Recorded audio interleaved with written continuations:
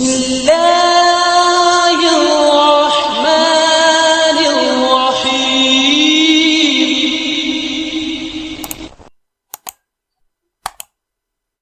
الحمد لله نحمده ونستعينه ونستغفره ونؤمن به ونتوكل عليه ونعوذ بالله من شرور أنفسنا ومن سيئات أعمالنا من يهده الله فلا مضل له ومن يضلله فلا هادي له ونشهد أن لا إله إلا الله وحده لا شريك له ونشهد أن سيدنا وسندنا وشفيعنا وحبيبنا وأولانا ومولانا محمدا عبده ورسوله أرسله الله تعالى بالحق كافة للناس بشيرا ونذيرا وداعيا إلى الله بإذنه وسراجا منيرا. أما بعد فأعوذ بالله من الشيطان الرجيم. يا أيها الذين آمنوا اصبروا وصابروا ورابطوا.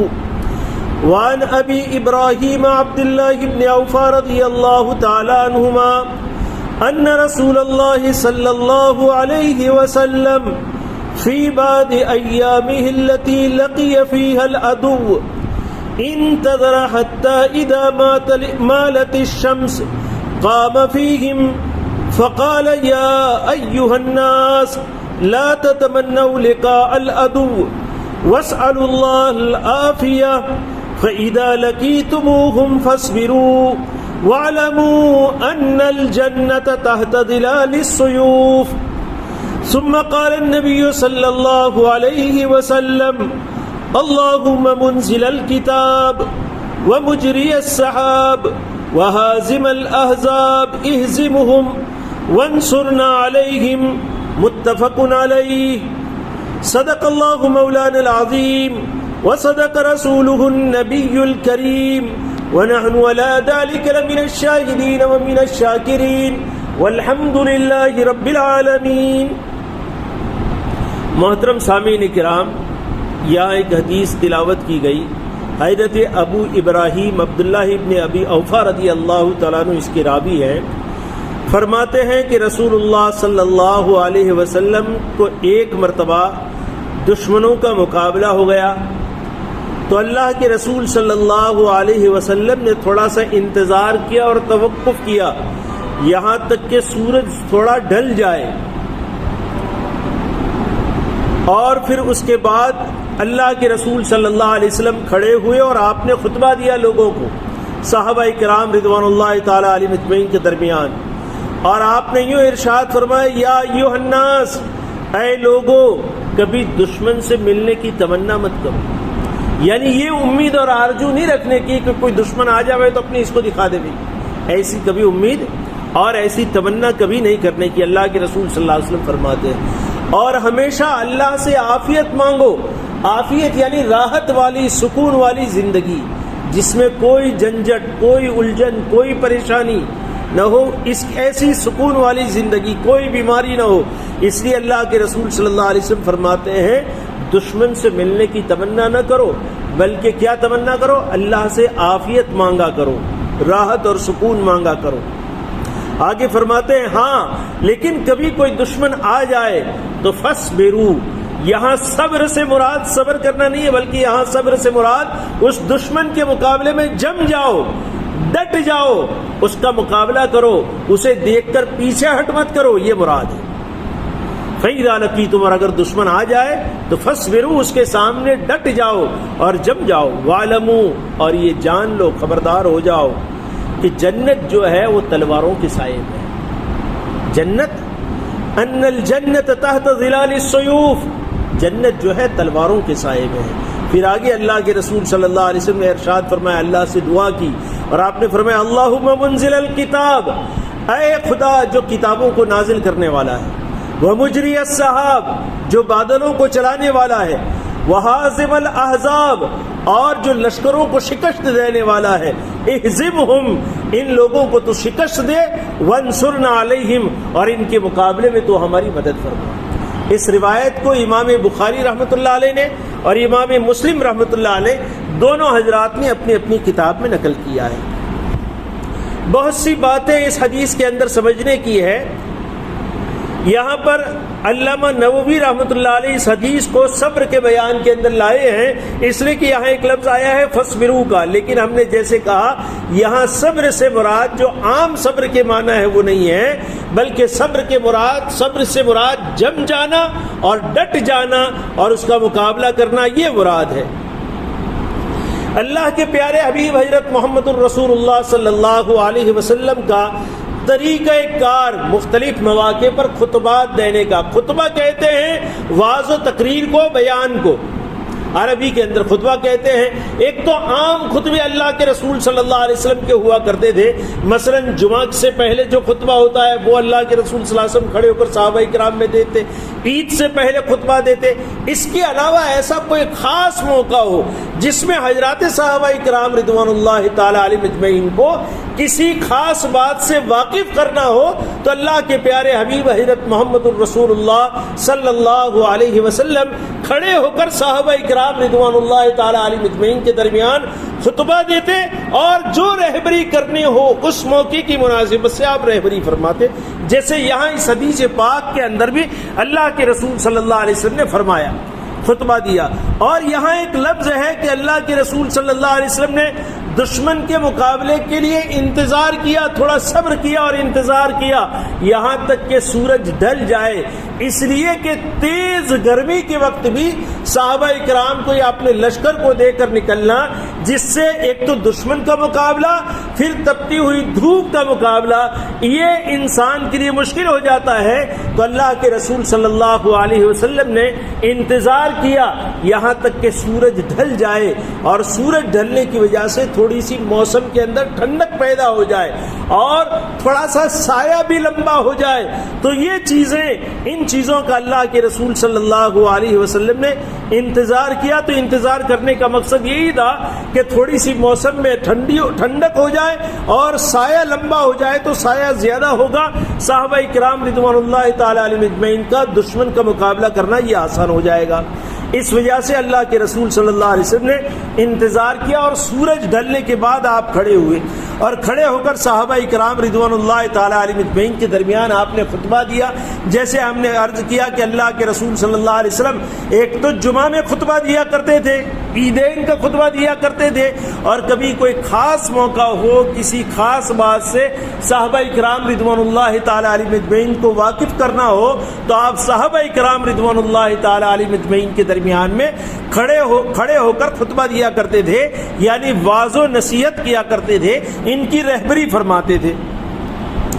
تو یہاں پر اللہ کے پیارے حبیب حضرت رسول اللہ صلی اللہ علیہ وسلم نے صحابہ کرام کو کھڑے ہونے کے بعد جن باتوں کو ارشاد فرمایا، اس میں سے اللہ کے رسول صلی اللہ علیہ وسلم نے یہ ارشاد فرمایا، سب سے پہلے کہ اے لوگو متوجہ ہو جاؤ اور سنو، کبھی دشمن سے مقابلہ کی تمنا نہ کرو۔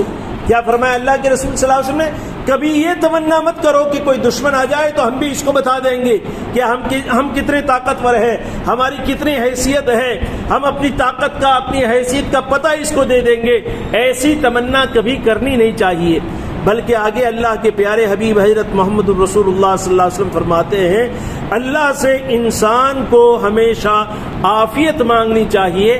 عافیت کہتے ہیں ایسی زندگی جو بالکل راحت والی ہو، سکون والی ہو، جس میں کسی قسم کی کوئی الجھن نہ ہو، کسی قسم کی کوئی پریشانی نہ ہو، کسی قسم کی کوئی مہلک بیماری نہ ہو، کسی دشمن کا مقابلہ نہ ہو، ایسی زندگی کو عافیت والی زندگی کہتے ہیں۔ تو اللہ کے رسول صلی اللہ علیہ وسلم نے یہ تعلیم فرمائی کہ اللہ سے ہمیشہ عافیت مانگنا چاہیے اور اپنی دعاؤں میں یہ کہنا چاہیے اللہم عافنا، اے اللہ ہمیں تو عافیت عطا فرما۔ اس عافیت کو اللہ سے ہمیشہ مانگنا چاہیے۔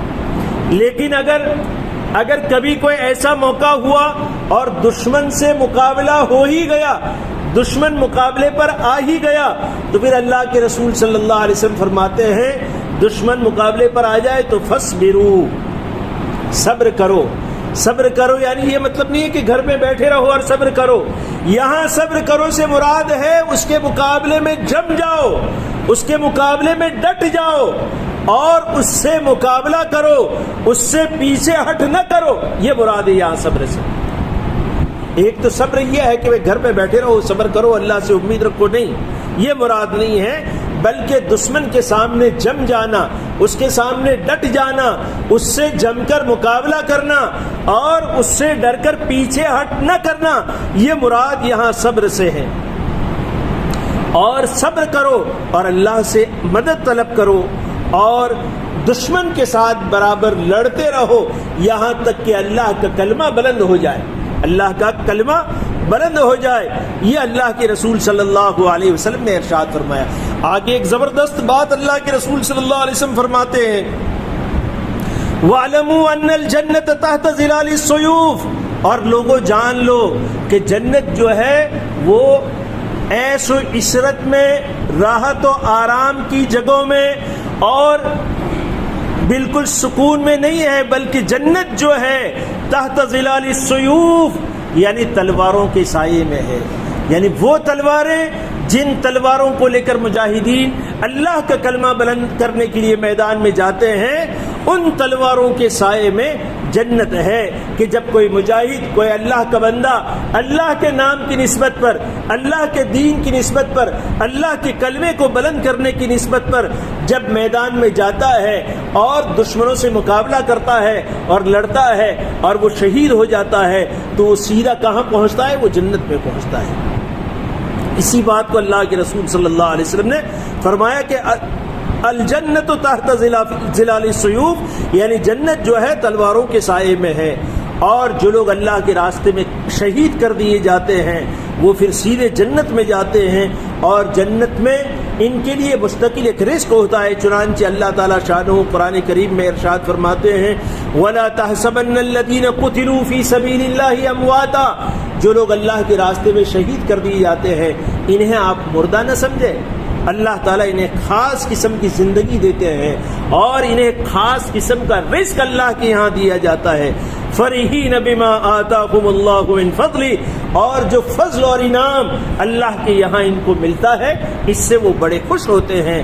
وَيَسْتَبْشِرُونَ بِالَّذِينَ لَمْ يَلْحَقُوا بِهِم مِّن خَلْفِهِمْ أَلَّا خَوْفٌ عَلَيْهِمْ وَلَا هُمْ يَحْزَنُونَ، اور وہ خوشخبری دینا چاہتے ہیں ان لوگوں کو جو ابھی ان سے پیچھے ہیں، ان سے آ کر ملے نہیں ہیں، ان کو وہ خوشخبری دیتے ہیں کہ لا خوف علیہم، اللہ کے یہاں ان پر نہ تو کوئی خوف ہے نہ وہ غمگین ہے.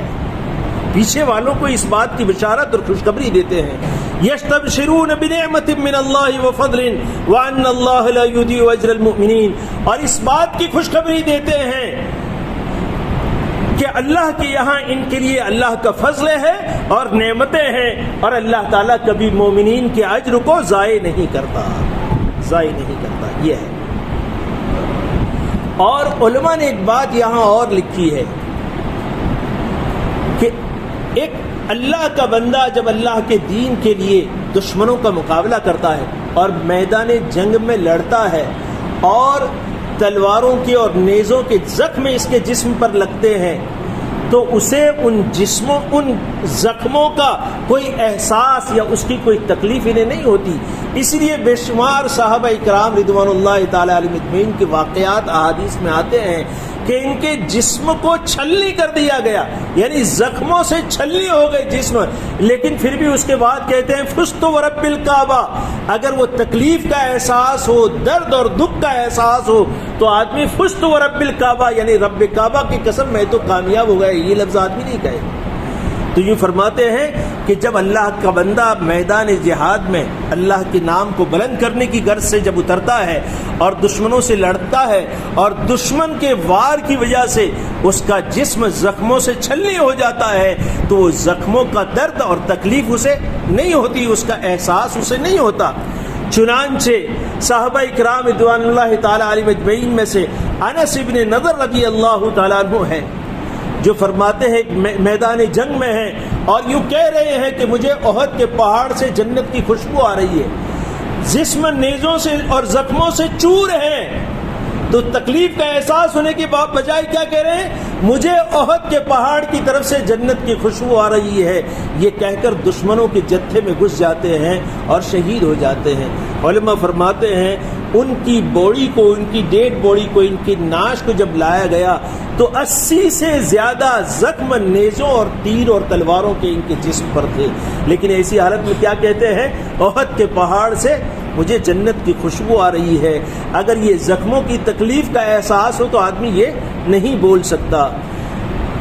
اس لیے یہ اسی بات کی وجہ سے اللہ کے رسول صلی اللہ علیہ وسلم نے یہ ارشاد فرمایا کہ جنت جو ہے وہ تلواروں کے سائے میں ہے، یعنی عیش و عشرت میں اور راحت و آرام میں جنت نہیں ہے، بلکہ اللہ کی راہ میں مجاہدہ کرنے میں جنت ہے۔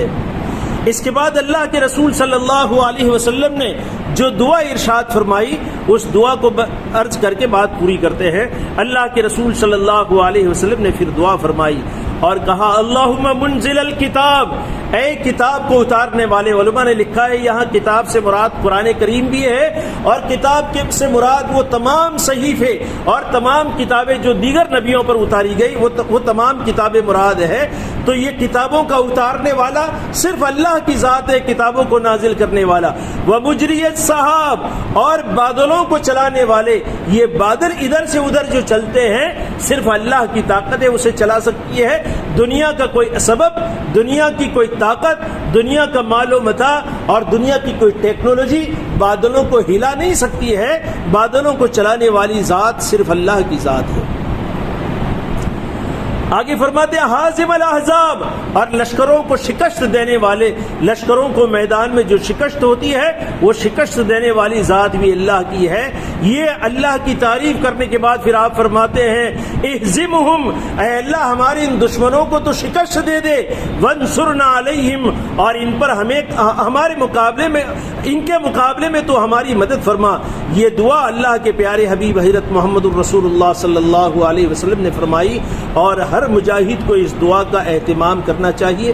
اللہ تعالیٰ شانہ ان باتوں کے سمجھنے کی، اس پر عمل کی ہم تمام کو